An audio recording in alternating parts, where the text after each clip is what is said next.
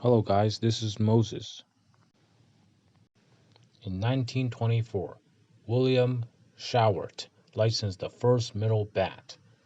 Despite this, metal bat didn't get much attention until the early 1970s when the first aluminum bat was introduced.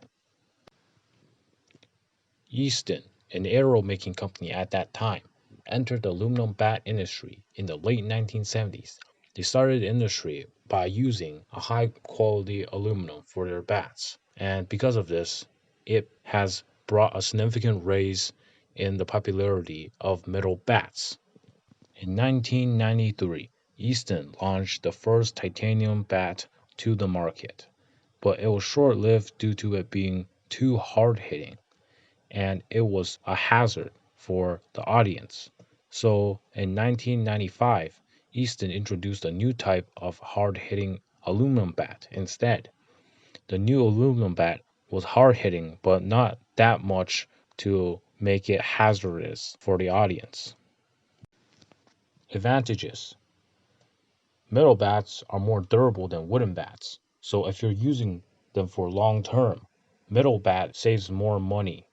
Another advantage is that middle bats have a larger sweet spot. That means that you don't have to hit as accurate with a middle bat to hit it far. Another advantage is that middle bats hit harder in terms of power, so you will hit farther with a middle bat than if you were to use a wooden bat. Middle bats also don't splinter like wooden bats. Instead, they dent. That means using a middle bat is safer for you and the pitcher. Disadvantages: one of the main disadvantages to a middle bat is that they are harder on pitchers. With a wooden bat, the ball tends to travel slower and less likely to cause injury.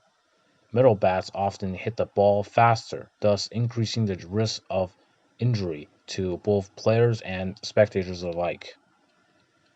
The science behind middle baseball bats. The core science behind middle baseball bats is pretty simple. It's all about the spring. This spring isn't a literal spring. Instead, it's an elastic deformation in the bat material, which is to say that the bat momentarily stretches when it collides with the ball. This stretching causes the collision to take longer than it otherwise would, and transferring the energy from the bat to the ball. The amount of energy transferred depends on how much the bat stretches, which in turn depends both on how hard you swing and how heavy is your bat. To summarize, it can be said that middle bats have had a long and colorful history. They rose, fell, and rose again to become better than ever before. Despite it having some disadvantages like it hitting the ball too hard and causing a hazard to the audience and the pitcher, but that is being fixed as time goes on, so it is temporary and it's not permanent. So no matter how you slice it, this simple piece of equipment has come a long way from the old wooden bats that our grandparents probably used to the aluminum bats that we use today.